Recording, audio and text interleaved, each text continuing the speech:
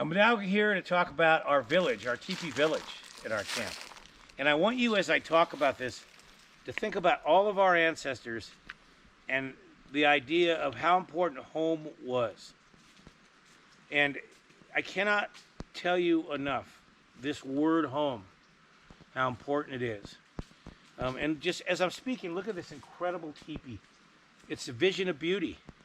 It's cedar bark, it's round, it's inviting, it's protective, it's part of the camp, home. And when I say the word home, the first thing that comes to my mind is our planet Earth, and that I'm a caretaker of our planet Earth. I'm lucky enough to be here to caretake our Earth. And if I remember that old movie with E.T. It was called E.T. I don't know if anybody ever saw that movie, but it was really famous back a few years. And I remember there was a scene in it when this E.T. was here on Earth and he wanted to go home, and he said these words, E.T. home. And I remember it brought tears to my eyes because I knew exactly what he meant. This is our home, this Earth. And we are at this pivotal time in human existence where we're either going to care for our Earth or our Earth is going to receive so much damage from us that she is not going to be able to recover very well for a long, long time. And many of us are going to have to leave, not in a good way. We are at a defining moment. So think of that word home. What do you think? When you think of home, you think of protection. You think of caring for it, caretaking. You think of rest and peace and inner bliss and friends and family and heart and comfort and safety. That's what our Earth is to us. And when we build a camp to celebrate the Earth, it's got to be beautiful. It's got to speak for the Earth through the way it looks and what it does.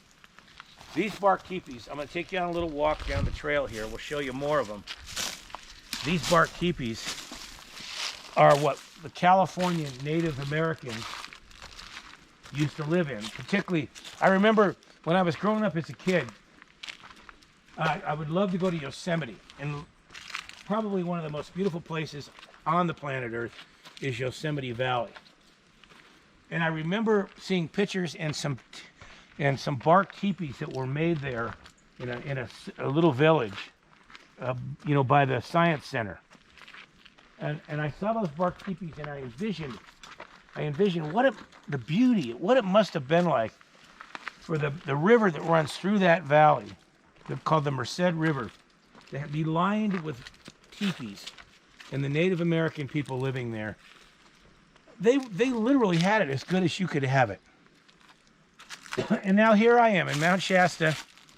I'm caretaking this piece of land, and I created this Teepee Village so that our kids, when they come to the school to learn how to be Earth caretakers, can be taken immediately into the Earth, held by the camp itself.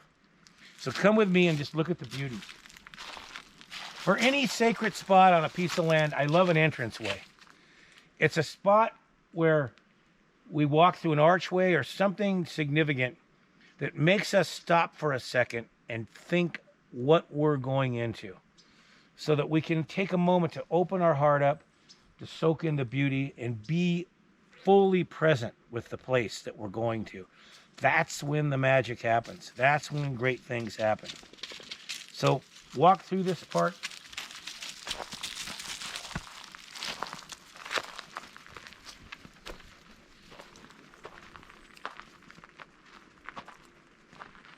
We always have this circle here in the entrance where people can sit and be in community. Because remember, before these modern times with all our cell phones and everything else, the way we related to each other was talking and sharing our stories. That was sacred.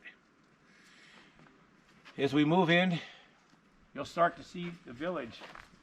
It's built in kind of a long, oblong circle. I learned from my studies of native peoples that the power of round. The earth is obviously round. The sun is round.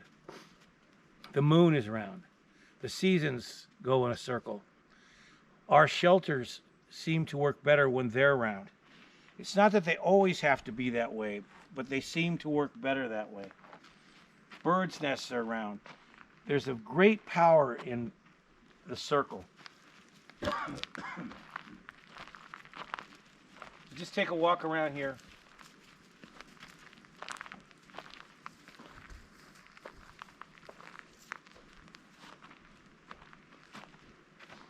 All of these shelters are built. They have a framework of trees, small trees that have been harvested from our land, always with love and care and respect. They're put together in a teepee fashion. And then this bark, most of the bark we get now is found out in the woods off trees that have fallen down. And cedar bark will not rot. And if you stack it correctly, in the right way, eventually what will happen is it'll keep the rain out and you have yourself a great home. But here's an interesting thing about a village like this. Let's come and walk along here and take a look here. An interesting thing is, you know how often in our modern culture, our homes, we go into them and we never go out. We hardly ever go out, or we stay in our buildings. The native peoples, this was their place to sleep, their place to hang out somewhat. But their living room wasn't in a house hidden behind walls. This is the living room, the forest. This is it. This was the place to play, to be, to experience life. The shelter was the place to get a good night's rest, get out of the weather if the weather was difficult. But otherwise, the literal earth was your living room. In our modern culture, we've pushed earth away all the time. We do it in ways that we don't, even if we don't want to do it, we do it. We don't even think about it, rather than embracing it. Like, I'm just sitting here right now thinking, how often do we look up? You know, how often do we look up? How often do we think of something like this incredible tree that's hanging down with the light coming through it is giving me a blessing? Is listening to what I'm saying. Would it care? Yes, it does. These are my witnesses, these trees.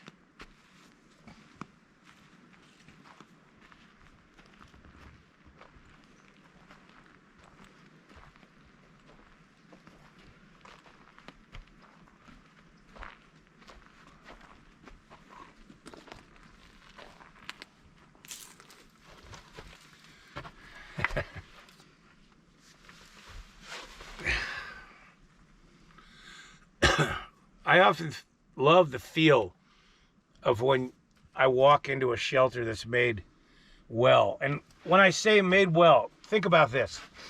When we make our shelters at this school, whether they're a quick survival shelter you make in 10 minutes, or whether they're like a bark teepee, which is a home, which could take many days to make, you always make them with honor. You make them with love in your heart, with kindness, with respect for the animals around, for the ground around, the plants around. You think good thoughts. You put good energy and medicine into the shelter so it becomes alive and a home. And then the most amazing thing happens. People come and stay. And each person has their own experience, their own story, and that becomes their medicine. And they take it home with them and hopefully share it with the world. But what they also do is they leave that good experience they had here, and it becomes a living part of the medicine of the shelter and the camp itself. And the earth is the witness, the trees are the witness. And after hundreds of people come, the shelters are full of hundreds of people's stories, families, love, care, things like that. Ideas, epiphanies come up. That's all stored within the space. So each year, after more and more people come, the shelter becomes more and more a living being itself, living with the stories of the people that lived here in the shelter. Isn't that amazing? And then one day, the shelter needs to be rebuilt. You take it all apart, and you clean it all up, and it starts again. We've rebuilt 7 shelters this year During COVID, when our school hasn't been open, we've rebuilt 7 shelters. The whole time we put our love and our heart into it, and we gave our best. All right, I'm going to back out now.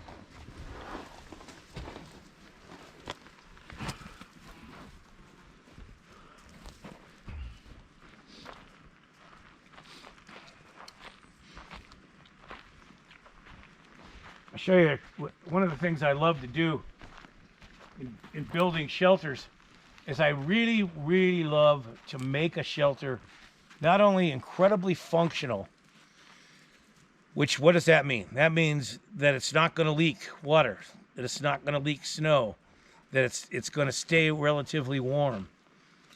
It's going to work as a shelter, practical, functional. But then I like to also make a shelter a work of art, a living work of art. And I look here, you can see what we're kind of talking about.